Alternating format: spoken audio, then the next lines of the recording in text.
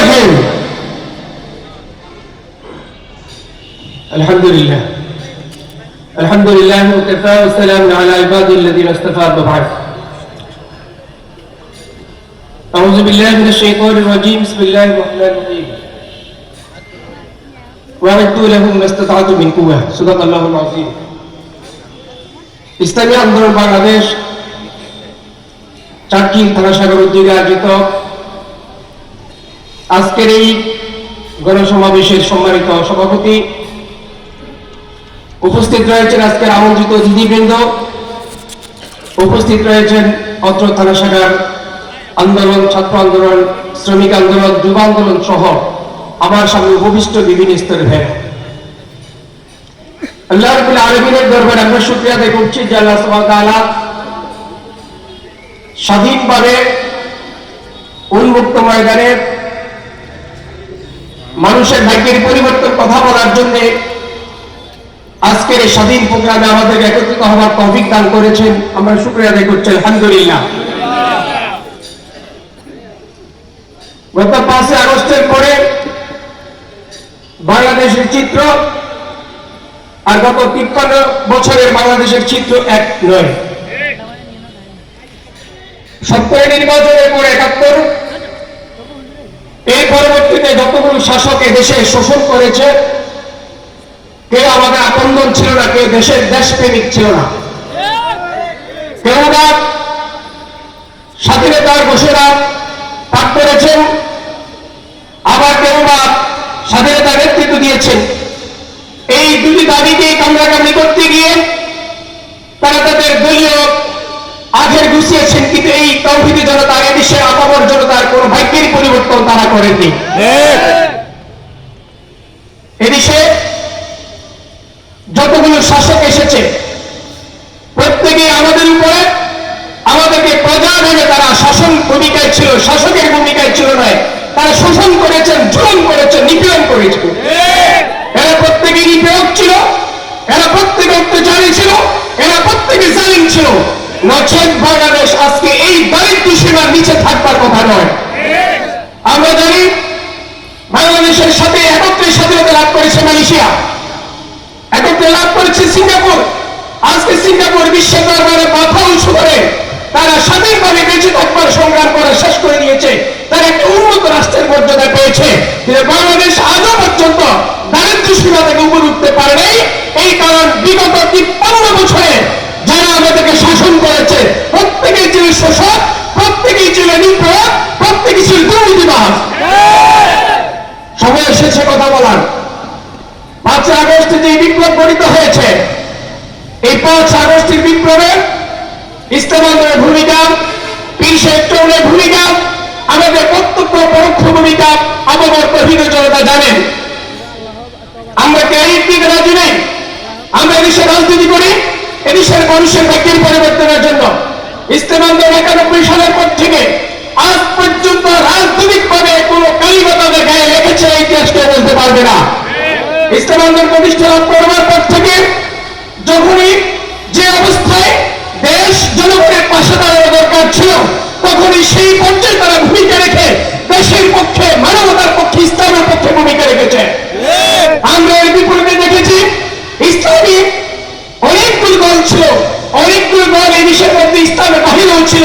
প্রত্যেকে কোনো না কোনো স্বার্থে এদেশের রাজনৈতিকভাবে তারা জোট করেছে, কিন্তু ইসলাম বাংলাদেশ ইসলামকে সামনে রেখেছে, দেশকে সামনে রেখেছে, মানবতাকে সামনে রেখে কোন নিজ স্বার্থের জন্য জোট করেন নেই, কোন স্বার্থের জন্য নিজের দলকে বিসর্জন দেন নেই।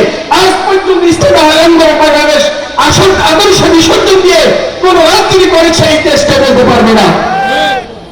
কারণ আমাদের রাজনীতি মানবতার জন্য, আমাদের রাজনীতি ইসলামের পক্ষে, আমাদের রাজনীতি দেশপ্রেমিকের পক্ষে, আমাদের রাজনীতি এই দেশের আপামর তৌহিদি জনতার পক্ষে। সুতরাং যেই শাসক, যেই সরকার, যেই পক্ষ ইসলামের পক্ষে কথা বলবে, মানবতার পক্ষে কথা বলবে, দেশের পক্ষে কথা বলবে, আমরা সবসময় তাদের পাশেই থাকি ইনশাআল্লাহ। সংগ্রামী তৌহিদি জনতা, আজকে বৈষম্য বিরোধী পরবর্তী সময়ে, বৈষম্য বিরোধী পরবর্তী যে সময় নারায়ে তাকবীর, মিছিলকারীদের আগে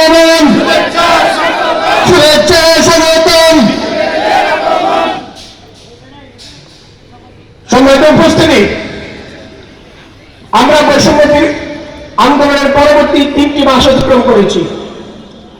এই 3টি মাস আমরা যেটা দেখতে পাই, ছাত্র ভাইরা আফগানিস্তানে যেমন তালেবান ছাত্র ভাইরা শাসন করছে, আমাদের বাংলাদেশে তেমনি ভাবে ছাত্র ভাইদের আন্দোলনের ফসল আজকের এই পরিবেশ। সুতরাং আমরা যতগুলো ভাই শাহাদাত বরণ করেছেন প্রত্যেকের আত্মার মাগফিরাত কামনা করছি, এবং যতগুলো ভাই অসুস্থ অবস্থায় বিভিন্ন পর্যায়ে তারা চিকিৎসা দিচ্ছেন, আমরা তাদের আশুদ্ধি কামনা করছি। আজকে তাদেরকে ধন্যবাদ জানাতে হয়। আজকে তাদের কাছে একটি সুন্দর স্বাধীন দেশ আমরা পেয়েছি। যে ছেলেটি 2008 সাল কিংবা 9 সালে জন্মলাভ করেছে, আজকে 24 সাল সে বলতে পারে দেশের ভোট কেমন, সে বলতে পারে দেশের নির্বাচন কেমন। সে দেখেছে একজন নিপীড়ক ছিল শেখ হাসিনা, একজন অত্যাচারী ছিল শেখ হাসিনা, একজন জালিম ছিল শেখ হাসিনা। এর বাহিরে মানুষের ভোটের কোন অধিকার সেটা কোন মানুষ দেখে নেই। কোন জন্ম ছেলে যে ছেলেটি 2008 এবং 9 জন্ম নিয়েছে, সে 24 সাল পর্যন্ত বলতে পারে নাই এদেশে নির্বাচন কেমন।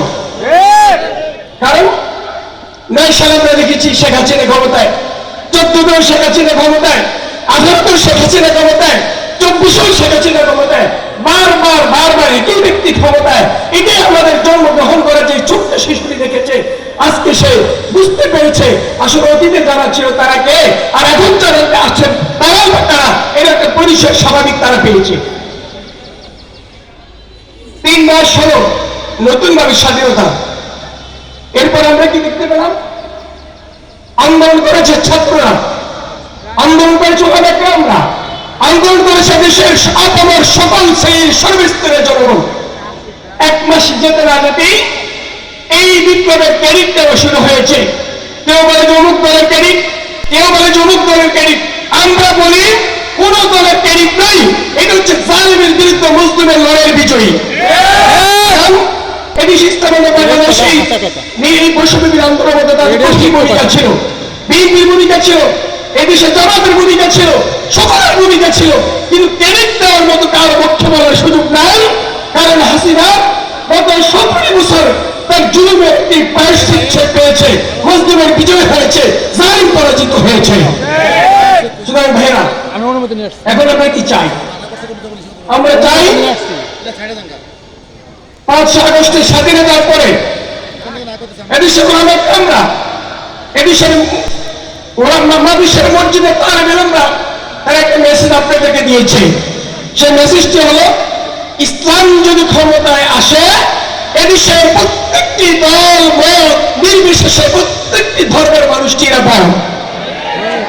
কারণ তারা তাদের মন্দির পাহারা দিয়েছে, তাদের পেগোড়া পাহারা দিয়েছে, তাদের গির্জা পাহারা দিয়েছে। কারা তারা?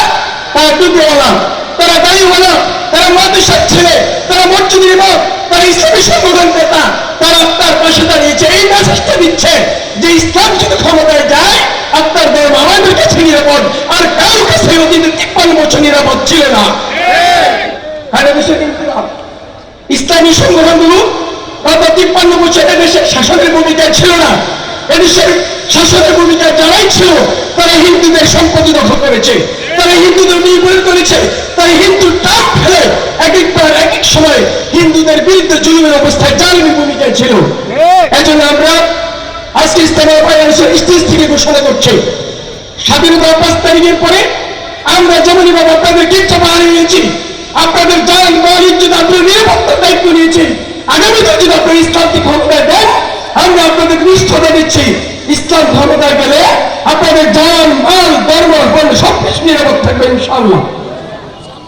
এরপরে আমরা একটা মেসেজ দিতে চাই, ইসলামী আন্দোলন বাংলাদেশ। আপনারা যারা অ্যানালাইসিস করেন, রাজনীতি করেন, ইসলামী আন্দোলন বাংলাদেশের গত আপনি যদি প্রতিষ্ঠার পর থেকে আজ পর্যন্ত ইসলামী আন্দোলন অ্যানালাইসিস করেন, আপনি এটা পাবেন ইসলামী আন্দোলন দেশপ্রেমিক সংগঠন, ইসলামী আন্দোলন মানবতার পক্ষের সংগঠন। ইসলামী আন্দোলন ইসলামকে প্রতিষ্ঠা করবার জন্য জন্ম নিয়েছে, ইসলামকে বিক্রি করবার জন্য ইসলামী আন্দোলনের জন্ম হয় নাই। সুতরাং এই বিষয়ে অনেকে বলবেন ইসলামী আন্দোলন রাজনীতি করতে গিয়ে কয়টা এমপি পেয়েছে অতীতে। আমরা আপনাদেরকে ডিক্লেয়ার করছি, ইসলামী আন্দোলন অতীতে কখনই ক্ষমতাকে ভাগাভাগি করে আদর্শ বিসর্জন দিয়ে রাজনীতি করে নাই। যদি করত 91 থেকে শুরু করে আজ পর্যন্ত প্রত্যেকটি ইস্তেমাদের সংসদ সদস্য কয়েকজন থাকতো, কয়েকজন। কিন্তু ইস্তেমাদের আদর্শকে বিক্রি করেনি, ইস্তেমাদের আদর্শকে জলাঞ্জলি দেয়নি, ইসলামকে বিক্রি করে নেই। দেশ প্রাণকে তারা আটকিয়ে রেখেছে, ইসলামকে আটকিয়ে রেখেছে এই মানুষগুলো তৌহিদ জনতার পক্ষে কথা বলবার জন্য। এই জন্য আমরা আপনাদের জন্য মেসেজ দিতে চাই, ইসলামী আন্দোলন বাংলাদেশ এদেশের পার্লামেন্টে গেলেও সকল দল তার কাছে নিরাপদ। যেমন আওয়ামী লীগ নিরাপদ, যেমন বিএনপি নিরাপদ, যেমন জামাত ইসলাম নিরাপদ, যেমন জাতীয় পার্টি নিরাপদ, দলবদ্ধ সকলে ইসলামী আন্দোলনের কাছে নিরাপদ। কিন্তু বর্তমান সময়ে অনেকে বলবেন আওয়ামী লীগের কথা। আওয়ামী লীগ ফ্যাসিস্টের প্রজনন কেন্দ্র ছিল।